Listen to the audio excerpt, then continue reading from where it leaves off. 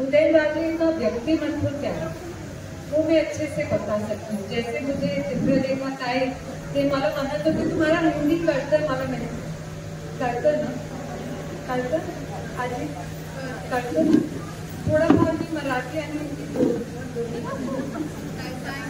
तर चित्रताई मला म्हणत होते की हे त्यांनी हे काम केलेले कराडमध्ये तुम्ही सांगा. मी सांगितलं मी नाही सांगणार, त्यांचं काम ते तुम्ही सांगा. तो बोले कि तुम तो आप बस फैन है क्या, उदयनराजे के फैन है तुम्हें. हाँ सही बोला आपने, सही पहचाना भी.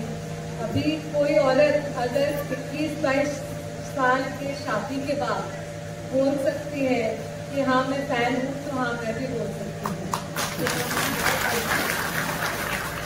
औरतों का सम्मान, औरतों को आदर और कैसे बढ़ावा देना, जो मैंने उनसे सीखा देखा है.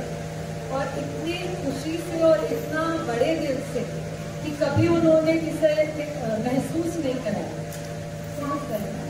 कधी मला असं वाटलं नाही की ती मला काय माझ्यासाठी काय करते या लोकांसाठी काय करते. असं वाटतं की स्वतःसाठी करते. आणि बहुत खुले दिल से, बड़े दिल से, वो उनका व्यक्तिमत्व है. और जो उनको अच्छे से जानता है ते टीव्ही मध्ये जे तुम्ही बघताय ते सगळं झालं नसतं. उदयनराजे एक उंगली भी उठा देते तो न्यूज में कोई ना कोई पकड़ लेता है, तो वही न्यूज बन जाती है. तो कई लोगों का होता है ना कि ते काय पण करतात ते न्यूज होते. तो वो उनका एक अलग रूप है. उसको बोलते हैं अंग्रेजी मध्ये करिश्मा म्हणतात. म्हणजे की एक पर्सनालिटी जो उनकी खुद की है उसके वजह से न्यूज में वो आते रहते हैं. लेकिन बहुत ही साधे आणि खरंच चांगले मनाचे माणूस. मतलब कि मैंने बहुत लोग देखे हैं. अभी खुद की पति की बढ़ावा करके मुझे मला स्वतःला लाज वाटते. पण हे माणसंच असं आहे की खरं बोलायला काय हरकत नाही, है की नाही. कि जो है वो है. अभी मैं झूठ मूठ की बातें नहीं कर सकती, या जो मुझे मालूम नहीं है वो मैं बात कर नहीं सकती.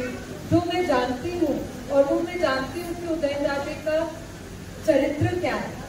इस परिवार में जो उनका जन्म हुआ है, तुम्हाला माहिती आहे की शिवाजी महाराजांचा परिवार आहे. ते परिवारमध्ये तुम्ही पण आहोत, आम्ही पण आहोत. तर पण एक मतलब कि एक लक की बात है कि वो उस परिवार में उनका जन्म हुआ है.